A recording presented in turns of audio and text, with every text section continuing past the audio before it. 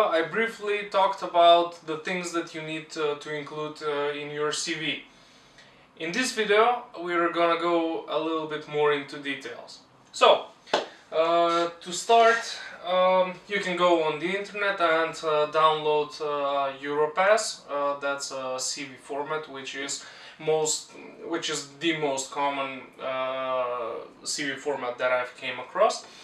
Or if you are starting, if you are doing a CV on your own, starting from scratch, I would advise you at the beginning to write your name and surname, and don't put curriculum vitae or CV or any other title. The person who is looking at your CV knows that it's CV, and you don't have to write that.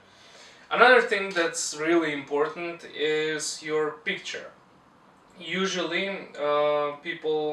managers require you to submit your application with a picture. Now I know of one case where, when you're applying in a big company, usually there are a lot of people who are competing, and managers, due to lack of time and staff, they can't go through each CV individually. So in one case I've heard that there was this manager who decided all of the CVs that don't have a picture, he threw them away.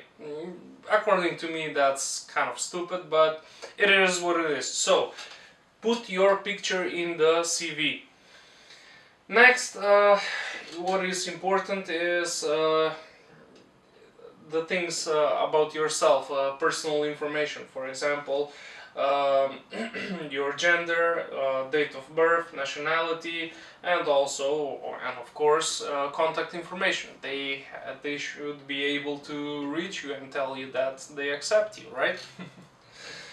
Anyway, after doing this part, you should also state for which position you are applying. For example, in my case, I've written down marketing. Then you should write about your work experience, and in this section you should start with the most recent job experience that you had. And even if you don't have some really clever position, even if it's like bartender or some odd job that you did during the summer, you can include that. You can include that in the CV, but what's important is to write down what was your position, what did you do, and what did you learn from that? What kind of skills did you develop from that position? Even if your job was to stand around the photocopier and print papers, even from that you can say, well, because there were a lot of people around, then I developed communication skills because I talked with all these different people who were around. So be creative, and I'm sure you can come up with some interesting things, even if your past working experience is not that exciting.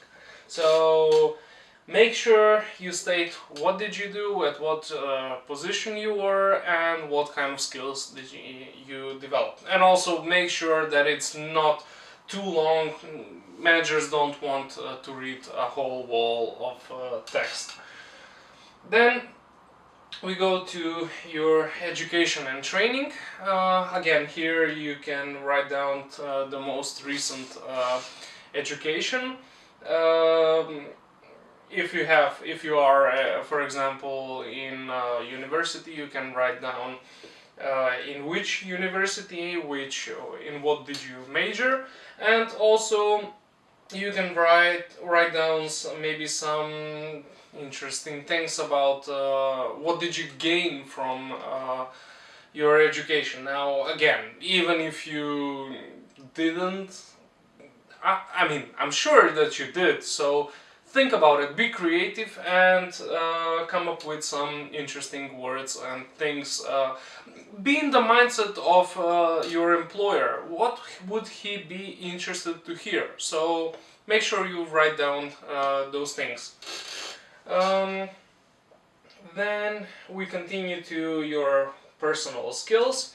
Here, usually it's required, well, if you speak another language or other languages, you should write down which languages you speak, and also you should mark your proficiency at that language. Now, if you downloaded the Europass format, then you can write down the name of the language, and you have several categories, and you can mark them to show what's your proficiency in each category. For example, you have listening, reading, spoken interaction, spoken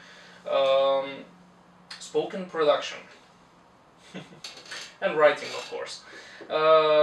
So then we go on to some other skills. Now, again, be creative. Think what you are good at. Also, maybe it would be good to go on the internet and try to find some CVs.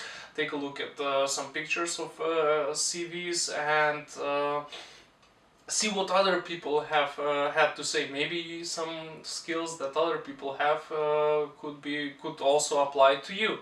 So, for example, in my case, I've written about my communication skill, organizational skills, some job-related skills, computer skills, other skills, and also I've included I have a driving license. In this section, it's important not only to state which skills you have, but also how did you acquire this skills? Something very similar to what I've talked about, work experience and education. For example, here in communication skills, I've written down good communication skills acquired from my past jobs, university studies, and the workshops that I've attended. So you can do it in this way. I'm not saying that this is the rule, of course, these are just some guidelines. Be creative, and but just make sure that you don't put a lot of text, because nobody wants to read a whole wall of text. Then you have additional information. Here in this section you should write about seminars, conferences, projects, presentations, and if you were awarded some honors or some other awards.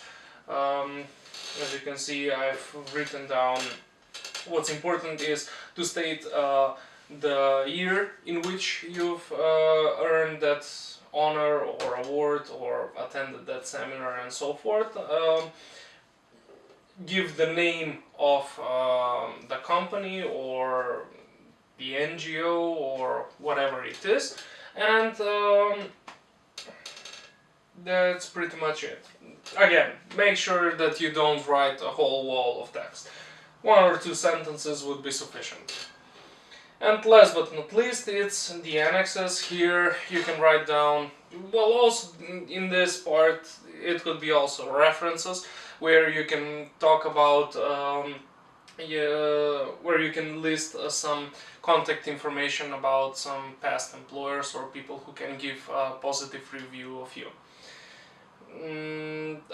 In my case, I've earned some, I've got some references from few companies, and so I've put pictures in this section.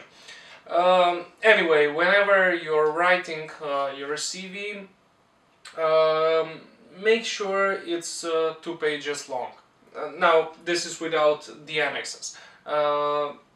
So the main text, up until the additional information section, so including the additional information section, your CV should include no more than 2 pages. Now, this is the required. It's not a rule, but I would advise you to stick to 2 pages.